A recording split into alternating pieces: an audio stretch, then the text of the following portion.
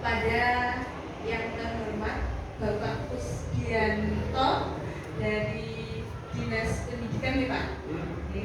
Dan kepada yang saya hormati Bapak Urip Sumedi SPD selaku mentor di Pilot 17, dan yang saya hormati pula Bapak Ibu peserta P3K Pilot 17 Angkatan 21 yang bertempatan di SD Negeri 02 Banjarjo.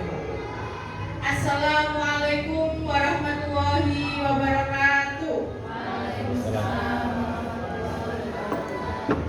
Pertama-tama marilah kita panjatkan puja dan puji syukur kehadirat Allah Subhanahu wa taala yang telah memberikan rahmat dan nikmat sehat kepada kita semua sehingga kita bisa berkumpul dalam acara presentasi orientasi P3K.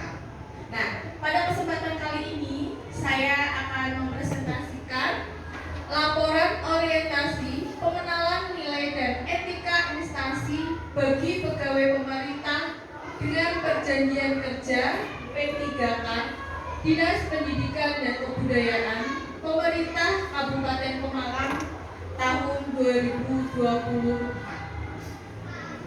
Sebelumnya, perkenalkan, nama saya Yuliana Indriani, NIM P3K 1991070 2044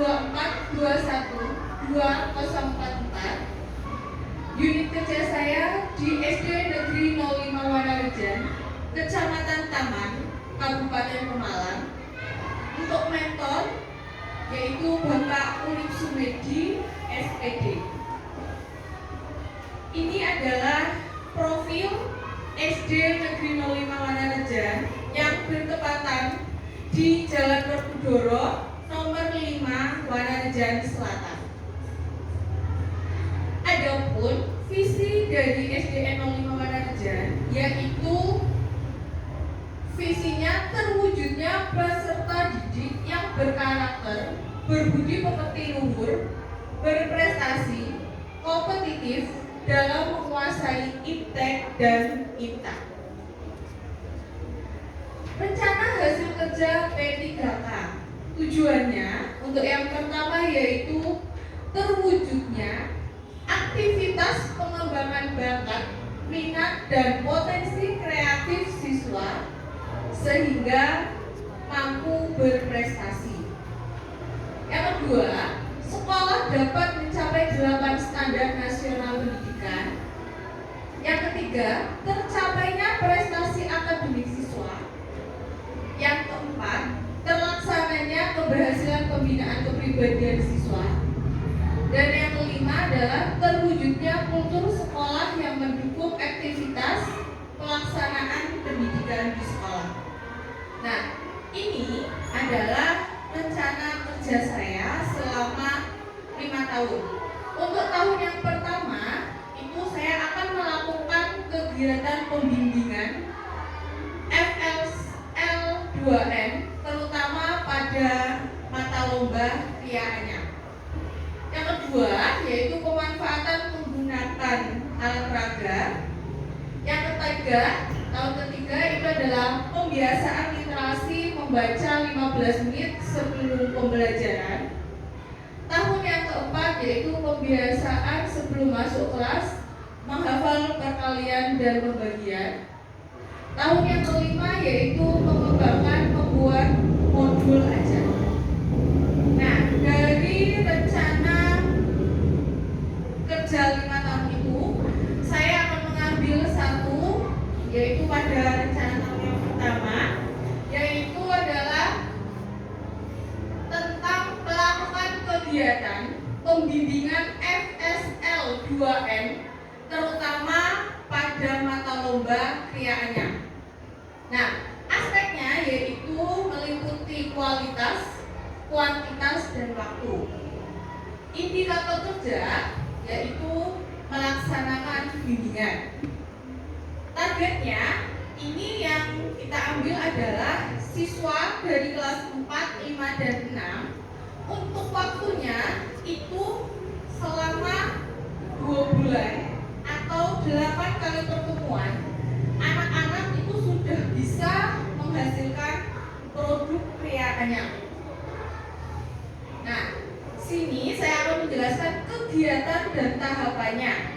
Untuk kegiatan yang pertama itu adalah menyeleksi peserta didik yang memiliki bakat dan minat untuk mengikuti kegiatan FSL2N, terutama pada bidang kriaannya.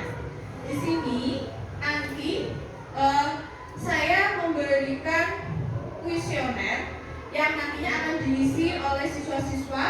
Untuk yang minat di kriaannya nanti bisa mengisinya di kuesioner. Nah, selanjutnya setelah anak-anak sudah mengumpulkan kuesionernya, saya melakukan bimbingan kepada peserta didik.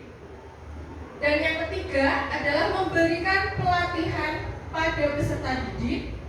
Dan yang keempat adalah siswa dapat menghasilkan produk. Nah, output dari kegiatan tersebut dari bimbingan adalah yang pertama, peserta didik dapat mengikuti lomba FSL2N pada bidang mata lomba kriaannya. Jadi sebelum adanya lomba, kita sudah mempersiapkan peserta didiknya itu agar sudah matang. Jadi saat ada lomba, kita sudah mempersiapkan jauh-jauh hari. Untuk yang kedua, yaitu peserta didik dapat mengembangkan bakat minat dan potensi kreatif siswa sehingga mampu berprestasi. Yang ketiga, yaitu peserta didik dapat menghasilkan produk dari kegiatan mengikuti ekstrakurikuler, yaitu kriaannya. Jadi produknya itu bisa bermanfaat untuk anak-anak, dan kalau anak-anaknya kreatif bisa dijual ya dengan harga yang ekonomis. Nah, dari itu saya menerapkan nilai-nilai berakhlak yang terkandung dari bimbingan pelatihan anak-anak, yaitu yang pertama, saya melaksanakan tugas sebagai pembimbing dengan bertanggung jawab. Itu masuk pada berorientasi pelayanan. Yang kedua, saya berkoordinasi dengan siswa dalam membimbing anak-anak. Itu masuk pada kolaboratif. Yang ketiga, saya meningkatkan kompetensi dan inovasi dan pengembangan kreativitas. Itu masuk pada adaptif. Nah, sekian presentasi dari saya. Saya kembalikan ke moderator. Terima kasih Ibu Yuliana. Selanjutnya adalah sesi tanya jawab. Bagi peserta Bapak Ibu peserta orientasi yang memiliki pertanyaan, silahkan dipersilakan.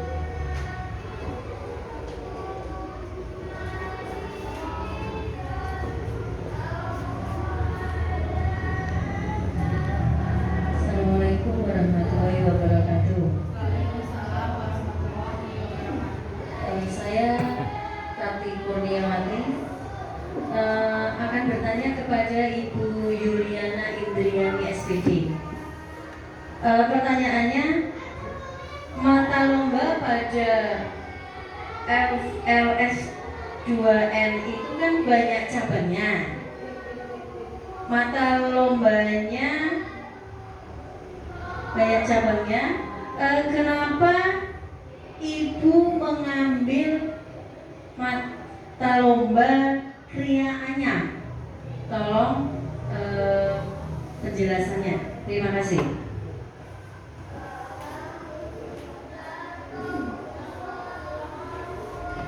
Terima kasih Ibu Tati atas pertanyaannya. Kemudian saya serahkan kembali ke pemateri untuk bisa bisa menjawab pertanyaan dari Ibu tadi. Terima kasih untuk pertanyaannya, Bu Tati. Saya akan coba menjawab ya. Betul, mata lomba cabang FSL 2N itu banyak sekali. Dari ada menyanyi tunggal, terus ada pantoni, ada tari kreasi, ada kriya anyam, gitu ya. Nah, kenapa saya mengambil kriya anyam? Ya, karena kebetulan saya mempunyai bidang keterampilan pada kriya anyam, dan di SD Negeri 05 Wanarejan itu belum adanya ekstrakurikuler pada kriya anyam. Jadi saya mengangkat ekstrakurikuler itu ada bidang kriya anyam agar nantinya anak-anak itu bisa mengikuti lomba FSL 2N dan menghasilkan anak-anak yang berprestasi. Gitu, Bu.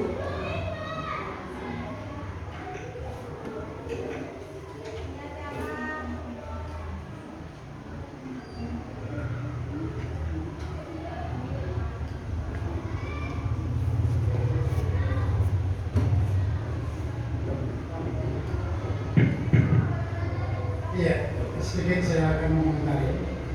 Ini pas kebetulan, ini materi ini pas pidana saya kalau lomba. Saya dulunya. Kemudian untuk istilah kriya anyam mulai tahun 2024 sekarang diganti dengan kriya Mbak. Kriya anyam 2022 sampai 2023. Bahkan waktu itu saya waktu di SD Jerakat 3 juara sampai ke provinsi Mbak. Gambarannya di provinsi belum ada matanya. Obat malam ini saya bilang adanya karena tidak ada inovasi-inovasi. Ya makanya muncul namanya kriya. Kriya itu memadukan inovasi antara anyaman dan benda-benda lain yang bisa dimodif sehingga muncullah lahirnya karya itu. Itu Pak. Terus yang saya tanyakan tadi Pak, dalam waktu 2 bulan kemudian 8 kali pertemuan itu saya rasa merupakan suatu waktu yang singkat dan pendek. Kira-kira produk-produk apa yang sudah dihasilkan selama 2 bulan dan 8 kali pertemuan itu? Kemudian strateginya apa sih kok bisa mencapai produk yang katakanlah kategori sedang apa rendah atau tinggi? Coba saya lihat gambarannya Pak. Ya. Saya akan coba menjawab dari pertanyaan Bapak Urip Sumeji. Betul. Jadi dalam waktu yang sangat singkat, apakah bisa anak-anak menghasilkan sebuah produk? Jawabannya adalah bisa. Ya, dalam 8 kali pertemuan itu anak-anak sudah bisa menghasilkan produknya, yaitu dengan membuat tempat pensil. Jadi dengan yang mudah terlebih dahulu dan bentuknya juga ukurannya kecil. Jadi anak-anak bisa menyelesaikannya dalam waktu 8 kali pertemuan. Dan strateginya yang saya lakukan saat agar anak-anak bisa 8 kali pertemuan selesai, yaitu saya membuat langkah-langkahnya, langkah-langkah setiap pertemuan. Contoh misalkan pertemuan pertama saya akan melatih anak-anak dengan menggunakan bahan yang mudah dulu dan yang murah, yaitu menggunakan kertas. Cara anak menggulungnya dulu. Jadi menggulung kertasnya dulu itu dilatih ya. Langkah pertama. Baru yang langkah kedua yaitu anak-anak diperkenalkan dengan jenis-jenis kriya anyamnya. Nah, contohnya di sini untuk yang lebih mudah yaitu dengan teknik kelabang dan pakai teknik silat. Nah, langkah yang ketiga setelah anak-anak belajar mengenal jenis-jenisnya, baru langkah ketiga adalah anak-anak disuruh praktek membuat kriya anyam ya dengan teknik kelabang dulu. Nah, langkah yang keempat baru menggunakan teknik silat. Baru yang kelima anak-anak mulai praktek membuatnya dari dasar. Nah, biasanya kalau teknik labang itu digunakan untuk yang teknik bagian dasarnya. Nah, hari pertama itu membuat di bagian dasarnya dulu menggunakan teknik labang. Baru langkah selanjutnya anak-anak baru membuat teknik silat di bagian atas. Setelah bagian bawahnya, bagian atasnya. Nah, pertemuan ke-7 anak-anak itu menyelesaikan ya sampai tahap finishing. Di pertemuan 8 anak-anak sudah bisa menghasilkan sebuah produk, yaitu tempat pensil, Pak. Oke.